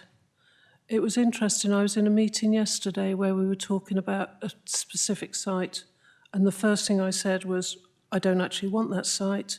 There's no buses, there's no infrastructure there, there's no shops. People aren't going to want to live there. And I've seen that happen in only one of the CLTs that have been set up, where because they are very rural, they haven't had enough people to move into them. CLTs are brilliant. I'm not criticising them at all, and I'm a huge supporter of them, by the way. But I think the important thing is that we have got to get them in the right place. From a member point of view, for the two that we're looking to adopt, I've got oversight on that, and I've got a final sign-off. So I certainly won't be looking at anything which is going to be detrimental to the people who are living there, or that we're going to put there as temporary accommodation. It's just the worst thing we could ever do. It's almost as bad as leaving them in B&B, to be quite honest. Just stick them in the middle of nowhere. So I'm very alive to that comment. And it comes back to when people have said to me, why don't we buy this house? Why don't we buy that one? It's got to be needs-led. And we've got to act on the data that we've got. And we've also got to refresh the data as we're going forward, because as we start taking people off the housing register changes. Is that okay? Thank you. Yes, I think that we've got to rely on the officers and the data that we've got and the need. And it's very important that we do that and we don't sort of just do anything willy-nilly. And I can assure you and the amount of work that's been done here, and I applaud the officers for the amount of work that's been done. Remember, a lot of this is actually looking at the approach, not actually all of the the nitty-gritty at this point, because that would be brought forward at a later date.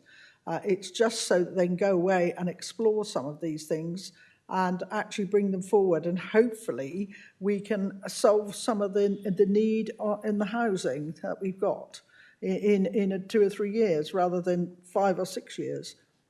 Thank you. Only just one brief point, just around because again the third option is to explore possibilities of council sites, and if there is a site which has where it would be sensible to mix it and to have some affordable home ownership as well as social rent, then we would do that. Because we do that anyway. We'd appraise the site, and clearly there's a planning process at that point you're making as well. There, we'd want to make sure the proposal was sensitive to the area and worked. We do need more social rented properties, but so we recognise sometimes too much of the same type of accommodation can cause problems. So we recognise the point you're making. Thank you, everyone. I think that we now can move on to number 5, and thank you. Yeah, thank you. I think I've said this. It's, Let Andrew just go over it again so that it refreshes us. Thank you. yeah, this is to commit a relatively small amount of resource to build up a housing company that can work as a vehicle to acquire and manage properties if we need it. None of these proposals is directly saying use the housing company, but we recognise in a world where sometimes we get short notice government grants, there might be a time when we would be better served. Well, we think it'd be useful to have a company certainly available for if we need such a thing. Again, I want to be very careful not to make a point around right to buy, good or bad. But there is a feature of having a housing company is that it wouldn't it wouldn't be something that we wouldn't have to be selling off the properties as soon as we built them or acquired them, and also gives a degree of flexibility about the type of tenancies and rents that we could offer, which is sometimes helpful. There are tighter restrictions around councils doing this themselves. And the third item, because it's in the report, but we're recommending this as an option. So it just a bit like we're doing with Care Dorset and other vehicles. It just allows more focus on such things. Slightly long answer. We're not proposing to build up a large amount of activity yet, but we do need to have a company ready if we need it. Thank you, Andrew. Questions on this? Anyone? Just remind people that Homes Dorset was actually made a company actually last year or about 18 months ago. Was it that something like that? So it's been there. It's not something completely new. And if we can just concentrate on the fact that this last option was brought forward by the housing group to add on to the list of options. So really, the Dorset Council explores and reports back to Cabinet on options for the housing company.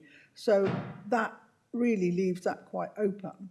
But what I would like to say is that actually with all of these things, I'd like to see an annual review, that we look at all of these things in a year's time or even in 6 months' time, that we can have a appraisal of what is going on and how they're doing with these things if the recommendations go forward. So at this point, I think we have got, we've got one question from John Orrell. Yes? Yep, thank you, John Orrell, Malcolm. Yeah, very much welcome number 5. It's good to see it there. It obviously doesn't commit you to any particular course of action, but at least means you're agile and prepared. I noticed several points in the report saying we're not in a position to be able to build council houses at scale because we've lost the skills, but which is fair enough. But if there was the will, there would be the way. I mean, we've lost officers in the past that used to know how to do this. I've got members of my own family that used to build council houses and now do it for RPs. So that people like that could be brought back if the government changes the rules. So it's really good to see it there. So it's not a question, it's just I very much welcome it. Thanks. Thank you for that. I think that was a statement, was it not?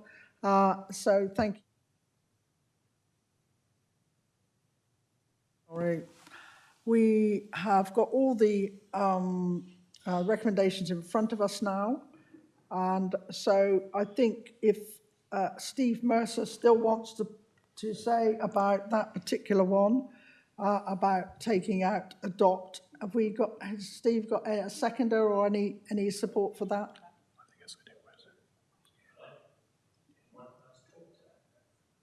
I thought we'd already done that, but anyway, yes, you can.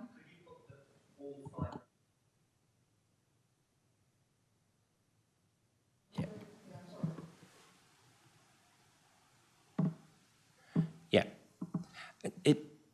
It comes back, our approach to a lot of these is explore, adopt, explore.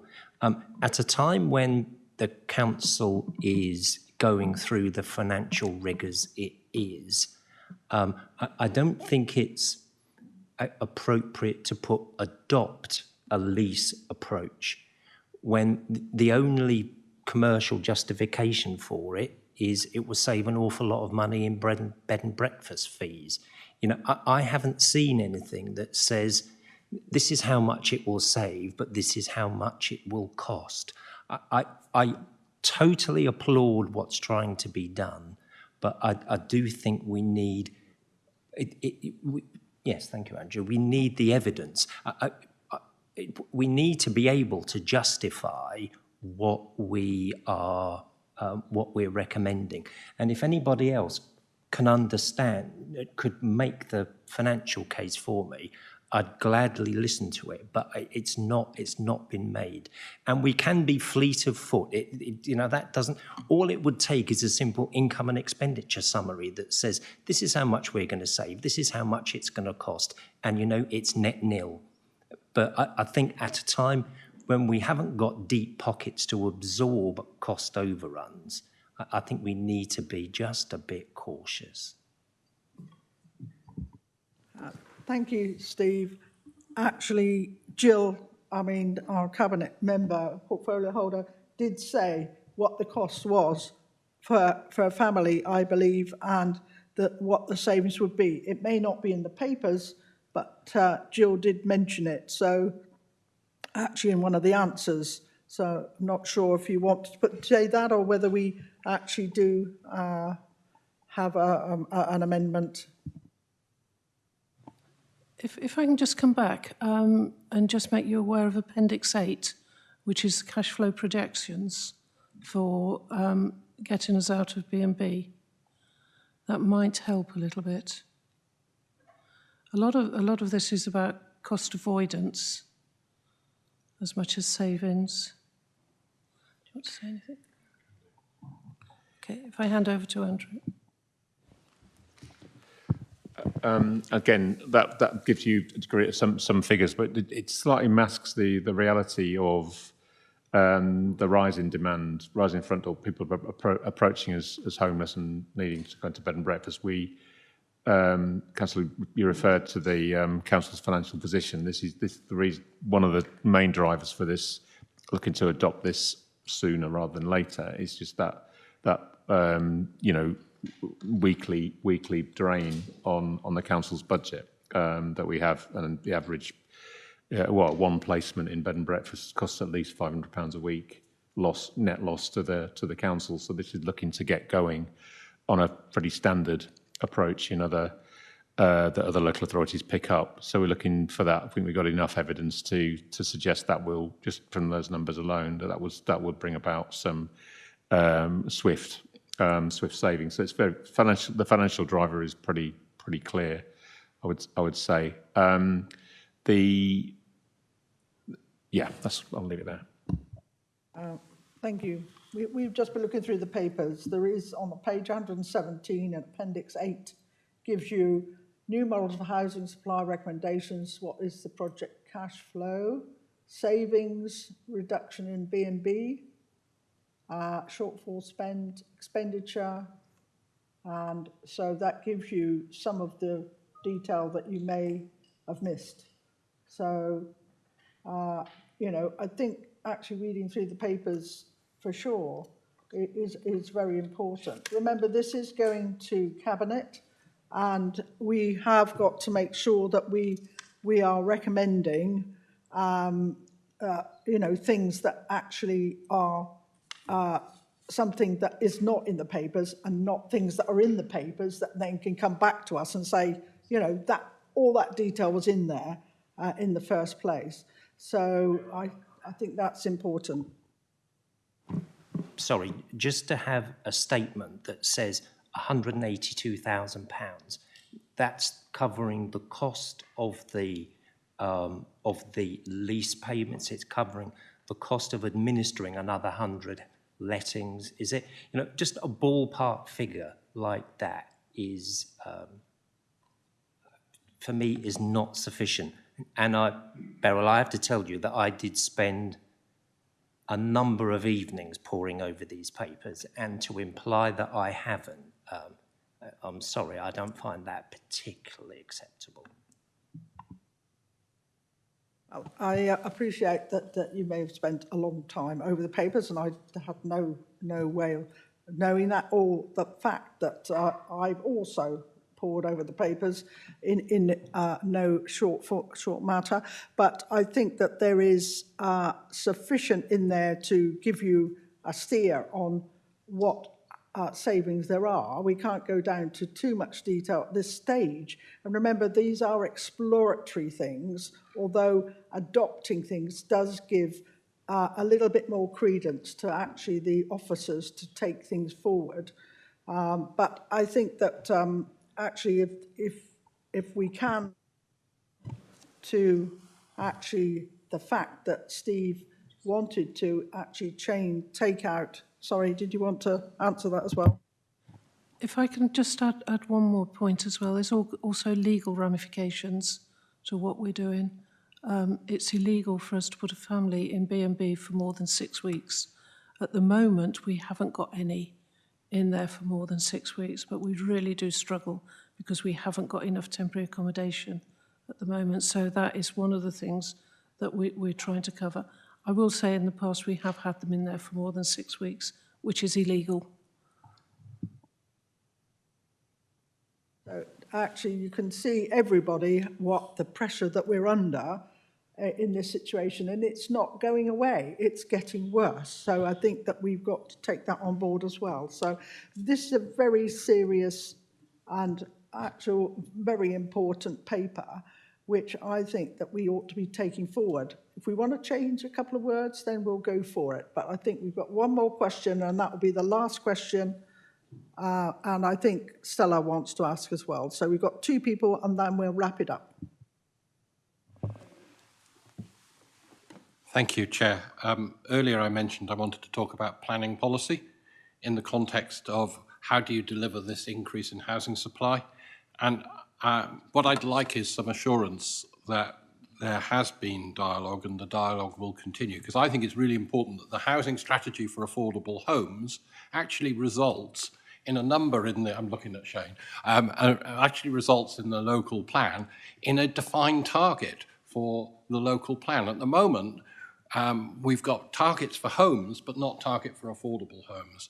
And I think that's a really important element that should be coming out of the analysis that's been done and the contribution that's going to be made by these other activities, which potentially reduces some of the demand for new homes, but I'm not 100% convinced on that. So what I'd like is an assurance that there will be some transfer of a statement of need from the housing strategy team to the planning policy team.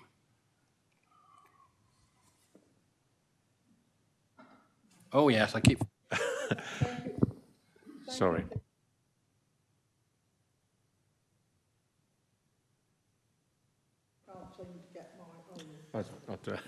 Sorry. I suppose I'd like to stress how much work goes on between planning and housing professionals on this topic. So in broad terms, one informs the other already. So I think to make that as a formal point, then it can be said. But it's I mean many authorities, the housing strategy is Appendix 1 of the local plan. So it's closely interlinked. We do it in that form. So if that's enough assurance, David, hopefully it is. But I can reassure you, and this is probably broadening it out. This isn't a set of housing proposals for us sitting on this front desk. It's been in close consultation with all aspects of the council's work: children's services, adult services, place. You could list everybody. This has been done in collaboration across the piece. So the intention is to do this sensitively, but to do it well, to do it in a way that delivers on all of those council priorities. Long answer to say, yes, we are closely working with planning. Thank you.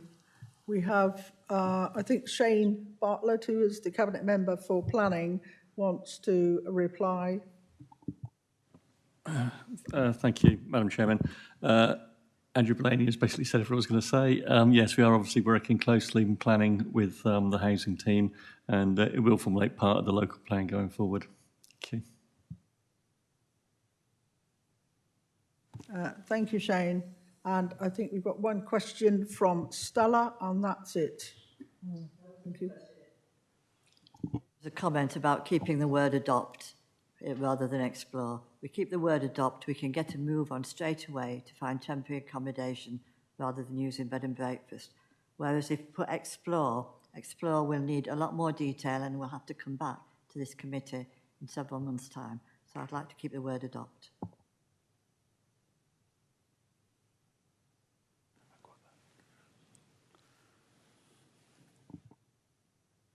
Sorry, Stella, I didn't catch that. Can you speak a bit clearer? Because I didn't quite catch what you said. Or move your... I'd like to keep the word adopt rather than explore so we can get on and get some temporary accommodation quickly. Thank you, Stella.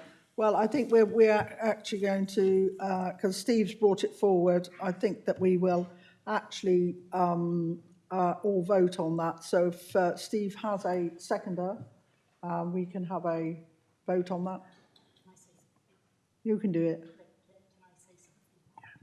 Sorry, yeah.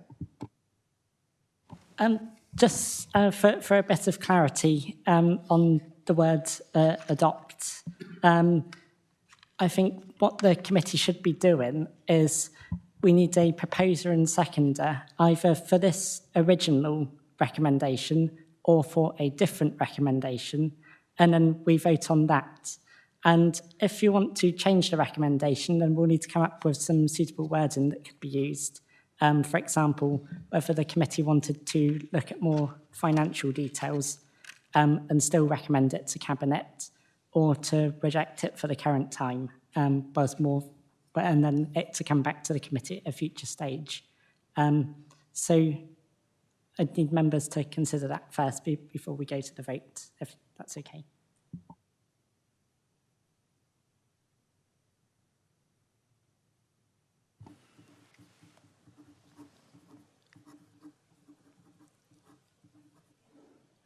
Is she on the thing? We apparently we have someone, another question online from someone. Belinda? No? Or is it Louise? Someone in the room asking? That's Louise. I think I was too early. I misunderstood what George said.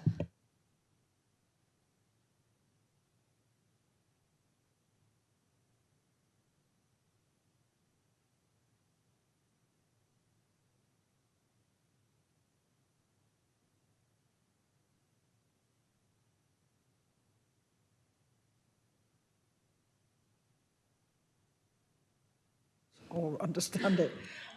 Right, so yes, from advice, we've got recommendation number 1. The Dorset Council adopt the temporary accommodation lease model, see Appendix 2, and that authority be delegated to the Executive Director of Adults and Housing in consultation with the Cabinet Member for Health and Housing to implement the model.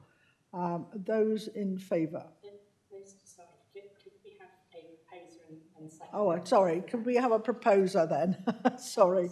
Yeah, okay, Andy, and a seconder, John, yeah. And all those in favour? Yeah. Okay, yeah. That's, yes, all except 1, and those against? Right, we have 1 against, right. Thank you. And I think the rest of them could be en bloc. Is that okay? 2, 3, 4, and 5. Be en bloc, George? Yes, it does. A proposer and seconder. Yeah, a proposer and seconder for 2, 3, 4, and 5 en bloc.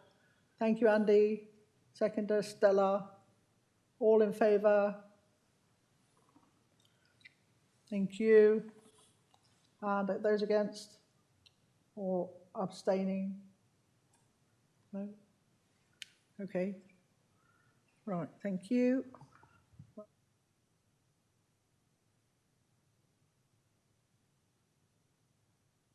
And we now have no exempt business. Oh, we've got to go forward to the item 8, which is the work programme and forward plans. I think they're on the list there somewhere. What have we got on the next, on next programme, on next couple of months' time? Oh, sorry. Just on the work programme, at the next meeting, there's the Youth Justice Plan, and then at future meetings, we've got the Empty Home Strategy, financial provision for the voluntary and community sector, and the housing allocations policy. And so some of the things we've discussed today may come back to the committee later in the year.